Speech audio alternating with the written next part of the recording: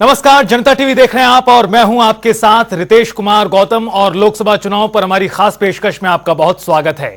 लोकसभा चुनाव के तहत 2 चरणों का मतदान हो चुका है। बाकी बचे चरणों को लेकर मतदान से पहले सभी पार्टियां धुआंधार प्रचार में जुटी हैं, जमकर हमलावर हैं। और इस कड़ी में एक बार फिर मुख्यमंत्री योगी आदित्यनाथ ने कांग्रेस पर हमला करते हुए कांग्रेस को सनातन विरोधी बताया। उन्होंने कहा कि भारत की सनातन परंपरा को अपमानित करना, उसको लांछित करना, भारत की आस्था के साथ खिलवाड़ करना कांग्रेस की प्रवृत्ति है। और इसके साथ ही उन्होंने कांग्रेस अध्यक्ष मल्लिकार्जुन खड़गे पर भी जमकर हमला बोला।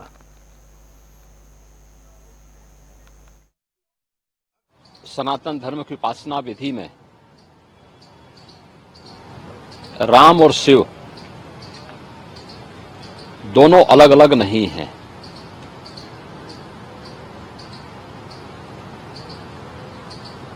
मर्यादा पुरुषोत्तम प्रभु श्री राम ने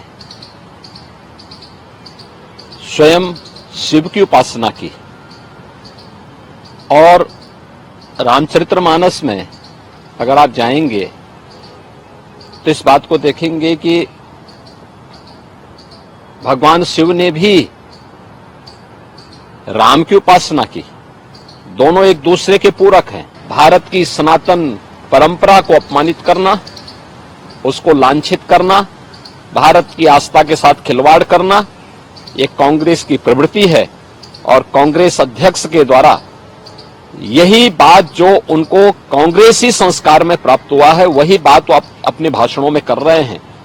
भगवान शिव और भगवान राम को आपस में लड़ाने का कुत्सित प्रयास कर रहे हैं। उनका यह वक्तव्य अत्यंत ही निंदनीय है। दूसरा, हम इस बात को जरूर ध्यान में रखें, हमारे शास्त्र इस बात के प्रमाण हैं कि शिव का द्रोही हो या राम का द्रोही, उसका पराभव, उसका पतन अवश्य हुआ है। एक कांग्रेस की पतन की एक नई शुरुआत है। तो वहीं रक्षा मंत्री राजनाथ सिंह आगरा पहुंचे, जहां उन्होंने वहां के जरार में विशाल जनसभा को संबोधित किया।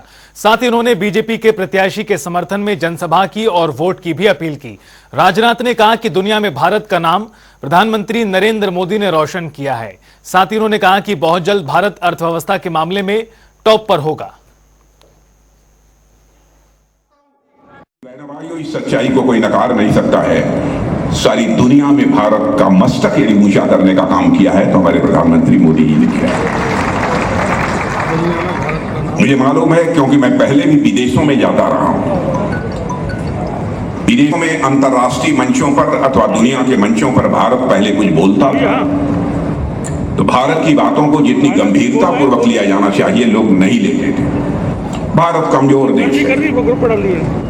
सुने, भारत का कद इतना ऊंचा हुआ है कि आज यदि अंतर्राष्ट्रीय मंचों पर भारत कुछ बोलता है तो सारी दुनिया कान खोलकर सुनती है भारत बोल क्या रहा है। यह भारत की हैसियत सारी दुनिया में है।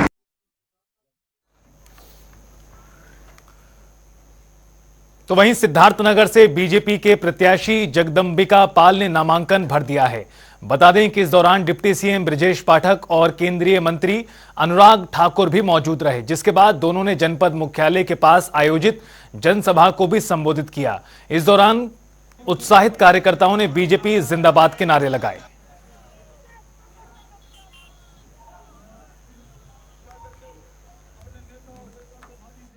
सिद्धार्थनगर लोकसभा सीट पर भारतीय जनता पार्टी के लोकप्रिय प्रत्याशी आदरणीय जगदंबिका पाल जी प्रचंड बहुमत के साथ जीत रहे। उनको एक तरफा वोट मिल रहा है। हमने यहाँ पर आज भ्रमण करके देखा है, माननीय मोदी जी की गरीब कल्याण योजनाएं जन जन में पहुंची हैं। लोगों का भरोसा बीजेपी के प्रति लगातार बढ़ रहा है। घमंडिया गठबंधन का जो गुरूर है वो पूरी तरह से उत्तर प्रदेश से ध्वस्त होगा। उत्तर प्रदेश की 80 की 80 सीटें कमल प्रचंड बहुमत के साथ खिल रहा है। माननीय मोदी जी प्रचंड बहुमत के साथ उत्तर प्रदेश राज्य में 80 की 80 सीटें जीत रहे हैं। और चलिए बुलेटिन में आगे बढ़ते हैं। लोकसभा चुनाव में उत्तर प्रदेश की रायबरेली, अमेठी और केसरगंज सीट पर टिकट को लेकर सस्पेंस बरकरार है, खत्म होने का नाम ही नहीं ले रहा। इन तीनों सीटों पर 5वें चरण में चुनाव होना है और नामांकन का कल आखिरी दिन है। इसके बावजूद अभी तक कांग्रेस ने अमेठी और रायबरेली सीट पर अपने उम्मीदवार के नाम का ऐलान नहीं किया है। अमेठी लोकसभा सीट से बीजेपी की स्मृति ईरानी एक बार फिर मैदान में है, पर्चा दाखिल है। बीजेपी रायबरेली सीट पर अपने पत्ते अभी नहीं खोल रही है।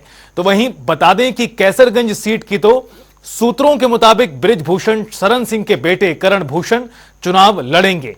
तो वहीं समाजवादी पार्टी ने भी अपने पत्ते नहीं खोले हैं। इस तरह से देखें तो कुछ सीटों को लेकर जो सीटें हाई प्रोफाइल हैं, यही कारण है कि इन सीटों पर सबसे ज्यादा लोगों की नजरें टिकी हुई हैं। एक सवाल जो सबसे ज्यादा पूछा जा रहा है इस पूरे क्षेत्र में वो ये है कि क्या राहुल गांधी अमेठी से चुनाव लड़ेंगे, क्या प्रियंका गांधी वाड्रा रायबरेली से चुनाव लड़ेंगी, और साथ ही साथ कैसरगंज में क्या होने जा रहा है। तो इन सीटों को लेकर लोगों की दिलचस्पी बहुत ज्यादा बनी हुई है। लगातार कांग्रेस पार्टी के अंदर सभी जो धड़े हैं और चाहे तमाम लोग हैं उनकी ओर से बयान सामने आ रहे हैं रायबरेली अमेठी को लेकर, लेकिन नाम का ऐलान अभी तक नहीं हो पाया है। कुछ लोगों का कहना है और इस तरह की अंदर खाते खबरें हैं कि राहुल गांधी संभवतः रायबरेली से भी लड़ सकते हैं, लेकिन आखिरी डिसीजन फैसला क्या होगा यही लोग जानना चाह रहे हैं।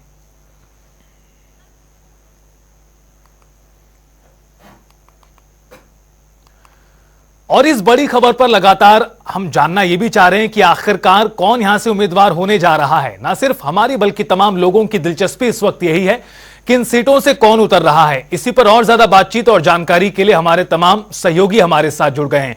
लखनऊ से हमारे साथ टीएन मिश्रा जी जुड़ गए हैं, अमेठी से विनोद दुबे जी हैं और रायबरेली से हमारे साथ राहुल मिश्रा जुड़े हैं।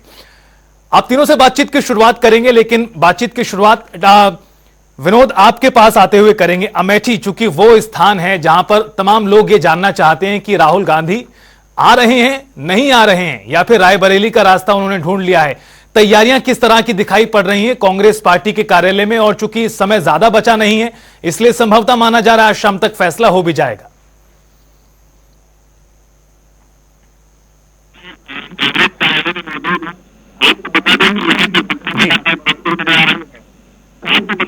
विनोद रोकेंगे आपको, आपकी आवाज ठीक तरीके से नहीं आ रही है, आपको रोकेंगे, एक बार दोबारा प्रयास करेंगे आपसे बात करने का। लखनऊ लेके चलते हैं, टीएन मिश्रा जी हमारे साथ जुड़े हुए हैं। टीएन मिश्रा जी कहते हैं कि दिल्ली की गद्दी का रास्ता यूपी से होके जाता है और यूपी की राजधानी लखनऊ है जहां पर आज मौजूद हैं आप। रायबरेली और Amethi high profile seat, Gandhi परिवार की सीटें पारंपरिक मानी जाती हैं, लेकिन यहां पर अभी तक सीटों के नाम का ऐलान नहीं हुआ है। उम्मीदवार कौन होगा यह पता नहीं चल पा रहा है। इसे कांग्रेस की रणनीति के तौर पर देखा जाए, जो देरी हो रही है रणनीति के तौर पर, और साथ ही साथ दूसरी तरफ इसका क्या नुकसान होगा, फायदा होगा, किस तरह से आप देखते हैं इस पूरी देरी को?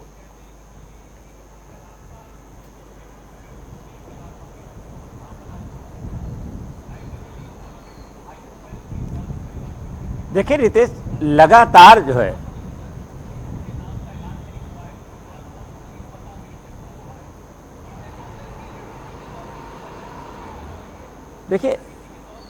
रितेश लगातार देखिए गांधी परिवार की तरफ से जो है घोषणा न हो जाने से पूरी कांग्रेस असमंजस में है। कल राजीव शुक्ला जो पूर्व मंत्री यहाँ लखनऊ में थे, उनसे जब सवाल पूछा गया तो वो भी बोले ये निर्णय गांधी परिवार के ऊपर छोड़ा गया है कि वो कौन प्रत्याशी होगा ये कल तक पता चलेगा।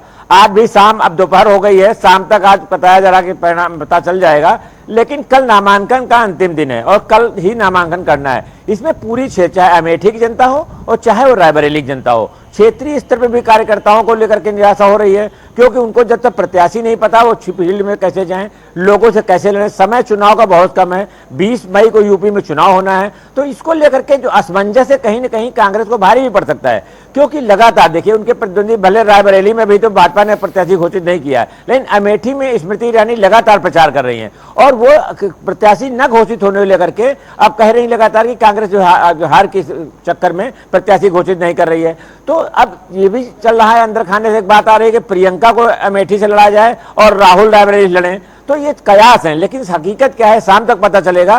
लेकिन इतना जरूर है कि दोनों सीटों पर ये टॉप सीटें हैं, दोनों जो है हाई प्रोफाइल सीटें हैं, और इन सीटों में जब तक प्रत्याशी नहीं आता है तब तक आम जनता भी लगी है और मीडिया भी लगातार सवालों कर रही है। और सब कांग्रेस नेता सवालों घेरे में रहते हैं। अजय राय ने भी कहा कि जो है अभी शाम तक घोषणा हो जाएगी। अब देखिए शाम तक क्या होता है आज पता चलेगा, क्योंकि कल अंतिम दिन है और कल भी राहुल और प्रियंका कई कार्यक्रम लगे हुए हैं। अब इससे पता चलेगा कल कि कौन प्रत्याशी नामांकन करता है, ये समय बताएगा। हालांकि टीएन मिश्रा जी, आखिरी समय में भी कार्यक्रम बदल जाते हैं, राजनीतिक तौर पर देखा गया है जिस तरह से तमाम बड़े नेताओं के कार्यक्रम पहले से निर्धारित रहते हैं। बहरहाल अमेठी से विनोद दुबे जुड़ गए एक बार फिर हमारे साथ। विनोद, किस तरह की तैयारियां कांग्रेस कार्यालय में नजर आ रही हैं?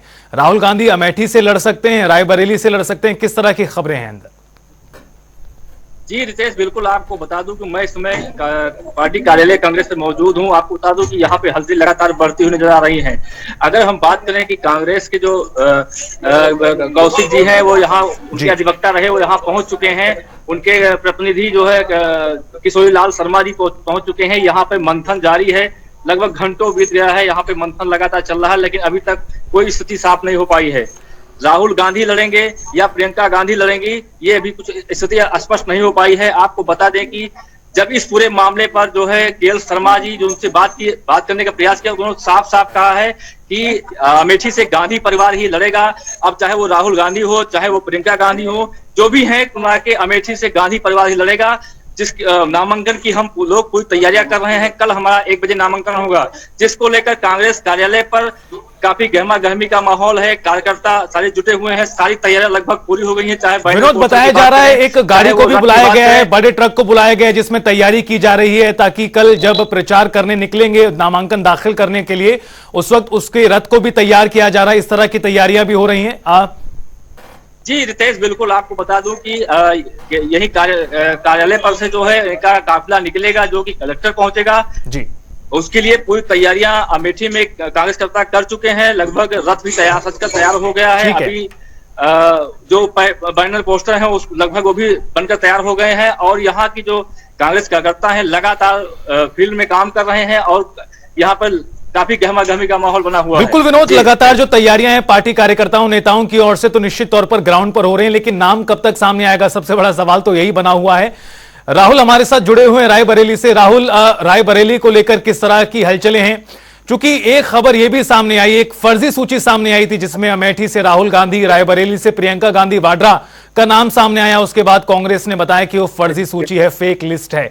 लेकिन जिस तरह से कहा जाता है, एक सत्ता पक्ष, एक विपक्ष, दूसरी तरफ जनपक्ष, चाहे कांग्रेस कार्यकर्ताओं की बात करें, प्रियंका गांधी को लेकर बहुत ज्यादा मांग की जा रही है कि प्रियंका गांधी यहां से लड़ें, लेकिन अंदर खाते किस तरह की खबरें चल रही हैं रायबरेली को लेकर? जैसा कि रितेश जी देखा जा रहा है, रायबरेली में अभी कांग्रेस व बीजेपी का कोई प्रत्याशी घोषित नहीं हुआ है, तो जिसको लेके काफी जनता हो चाहे पदाधिकारी हो उसमें काफी असमंजस से बना हुआ है कि आखिरकार प्रत्याशी का नाम घोषित करने में इतना समय क्यों लगाया जा रहा है, क्योंकि कल नामांकन का आखिरी दिन है। राहुल, लेकिन किस तरह की खबरें चल रही हैं? क्या यहां से राहुल गांधी भी मैदान में उतर सकते हैं? क्योंकि एक बड़ा पक्ष इस तरह का सामने है जिसमें कहा जा रहा है कि रायबरेली से राहुल गांधी लड़ सकते हैं चुनाव। जो हम लोगों को जानकारी मिली है सूत्रों के हवाले से, तो वो पूरी तरीके से प्रियंका गांधी का ही रायबरेली से चुनाव लड़ना लगभग तय माना जा रहा है, और वही राहुल गांधी का अमेठी से।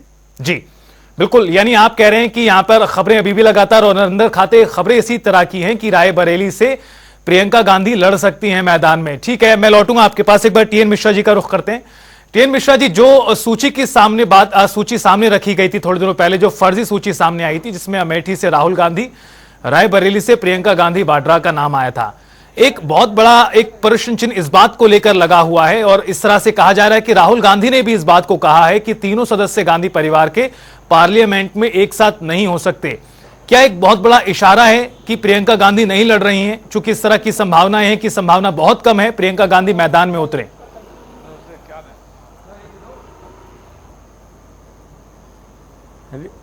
रितेश, लगातार जो है गांधी नेहरू परिवार की तरफ सबकी निगाहें लगी हुई हैं जी। लोग लगातार गांधी नेहरू परिवार की तरफ देख रहे हैं और ये जो असमंजस है, ये जो बीते 10-12 दिन से बना हुआ है, इसको लेकर के तमाम सवाल भी उठ रहे हैं और कटघरे में लोग खड़े कर रहे हैं गांधी नेहरू परिवार को कि आखिर जो निर्णय करना है उसकी घोषणा करें, पब्लिक जाने उनके बीच में कौन चुनाव लड़ेगा, उनका कौन प्रत्याशी होगा। सबसे बड़ी निराशा क्षेत्रीय कार्यकर्ताओं को होती है जो लोगों के बीच में है। जब उनसे लोग सवाल करते हैं आपको तो यही नहीं पता प्रत्याशी कौन है, तो किसको वोट देने की बात कर रहे हो, तो कुल मिला के यह है कि इन लोगों की स्थिति गांधी परिवार के चक्कर में जो कोई ना खड़गे बोल पा रहे हैं, मल्लिकार्जुन खड़गे खुद जो है परेशान है कि वो मनाने की कोशिश कर रहे हैं कि सोनिया गांधी को बना रहे हैं क्या किसी तरह जो प्रत्याशी घोषित करें कि यूपी की हाई प्रोफाइल सीटें अगर कांग्रेस लेती है और राहुल प्रियंका दोनों सीटें कहीं चुनाव लड़ते हैं तो ये चीजें उसकी झोली में जा सकती हैं और इससे कांग्रेस के दूसरा भी फायदा होगा और इंडिया गठबंधन में फायदा होगा। जी रितेश। बिल्कुल टीएन मिश्रा जी, बहरहाल अब इंतजार करते हैं आज शाम तक का, और चूंकि माना जा रहा है कि आज शाम तक तस्वीर पूरी तरह साफ हो सकती है। बहरहाल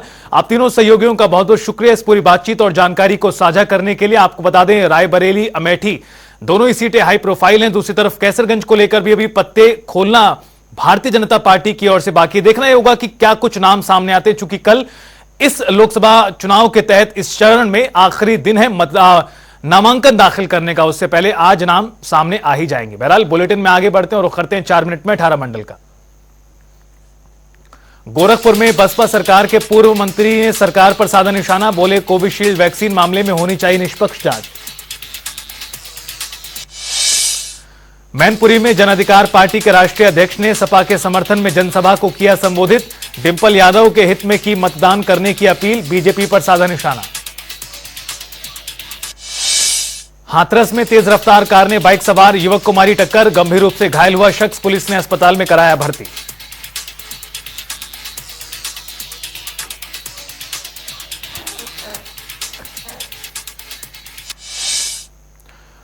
और एटा में मौजूद है मुख्यमंत्री योगी आदित्यनाथ, चुनावी जनसभा को संबोधित कर रहे हैं। देखिए किया है कांग्रेस ने, और याद करिए एहरिया समाज को मैंने स्वयं लखनऊ बुलाया था और उनके बारे में मैंने स्वयं भारत सरकार को प्रस्ताव भेजा है कि इनको भी अनुसूचित जाति की सुविधा का लाभ मिलना चाहिए। बहनों और भाइयों, यही नहीं, बघेल पाल समाज और धनगढ़,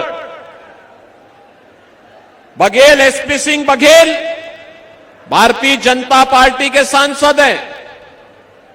अजीत पाल भारतीय जनता पार्टी के विधायक और प्रदेश सरकार में मेरे सहयोगी मंत्री हैं। भारतीय जनता पार्टी अकेली पार्टी है। याद करिए समाजवादी पार्टी के समय में जब राजू पाल की हत्या हुई थी और जब एक माफिया ने उमेश पाल की हत्या की थी, तो बहनों और भाइयों माफिया कैसे मिट्टी में मिल गया है यह सबको पता है। और मैं आपसे यही कहने के लिए आया हूं, बहनों और भाइयों, मैं आपसे यही कहने के लिए आया हूं, भारतीय जनता पार्टी आपके हितों के लिए पूरी संवेदनशील तरीके से कार्य कर रही है, पूरी मजबूती के साथ काम कर रही है। ये चुनाव में हमें व्यक्ति नहीं देखना है, जाति नहीं देखनी है, मत और मजहब नहीं देखना है। चुनाव में हमें केवल मोदी जी को देखना है। पूरे देश के अंदर एक ही आवाज है। कल मैं महाराष्ट्र में था, परसों में वेस्ट बंगाल में था। मुझे अब तक 8 राज्यों में जाने का अवसर प्राप्त हुआ और बहनों और भाइयों 8 राज्यों में जो माहौल है वह माहौल है, हर जनता एक ही स्वर से बोल रही है कि फिर एक बार पूरा पंडाल एक साथ बोले, जिससे दिल्ली तक आपका स्वर गूंजे। फिर एक बार बहनों और भाइयों, जो मोदी सरकार का स्वर गूंज रहा है ना पूरे देश के अंदर, ये वैसे ही नहीं है। मोदी जी के नेतृत्व में 10 वर्ष में देश की कायाकल्प करने का जो कार्य हुआ है, आज उसके प्रति मोदी जी को कृतज्ञता ज्ञापित करते हुए आशीर्वाद जनता जनार्दन का प्राप्त हो रहा है। और उसी के लिए मैं आपका आह्वान करने के लिए आया हूं।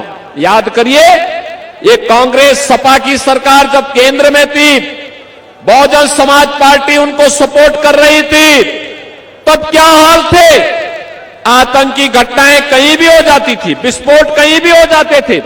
अयोध्या में राम जन्मभूमि पर हमला हुआ, काशी में संकट मोचन मंदिर पर हमला हुआ, लखनऊ में हमले हुए, सीआरपीएफ के कैंप रामपुर में हमला हुआ। लेकिन बहनों और भाइयों, याद करिए, भारतीय जनता पार्टी के 10 वर्ष के कार्यकाल में दुनिया में भारत का सम्मान बढ़ा, देश की सीमाएं सुरक्षित हुई, आतंकवाद और नक्सलवाद नियंत्रित हुआ। अब तो कहीं पे जोर से पटाखा फट जाए तो पाकिस्तान सफाई देता है कि मेरा हाथ नहीं है। बहनों और भाइयों, ये होती है देश की धमक, और ये मोदी जी के नेतृत्व में हो पाया।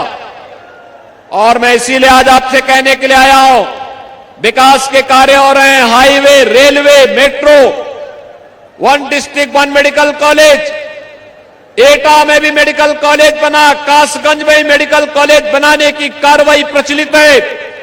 और बहनों और भाइयों, मैं आपसे ये भी कहने के लिए आया हूं कि देश के अंदर विकास के जो कार्य हुए, ये आत्मनिर्भर और विकसित भारत को आगे बढ़ाने के कार्यक्रम के तहत हर चेहरे पर खुशहाली लाने के लिए मोदी जी के नेतृत्व में हुआ है। बहनों और भाइयों, गरीब कल्याणकारी योजनाओं का कार्य किस हद तक हुआ? 80 करोड़ गरीब राशन की सुविधा का लाभ प्राप्त कर रहे हैं। 60 करोड़ लोगों को आयुष्मान भारत की 5 लाख रुपए की सुविधा प्राप्त हो रही है। 50 करोड़ लोगों को जनधन अकाउंट खोल करके कांग्रेस और सपा बसपा के लूट से मुक्ति दिलाने का काम किया गया है। और यही नहीं, 12 करोड़ किसानों को किसान सम्मान निधि, 12 करोड़ घरों में शौचालय का निर्माण। और फिलहाल रुकेंगे यहां पर एक ब्रेक के लिए। आप देखते रहिए जनता टीवी।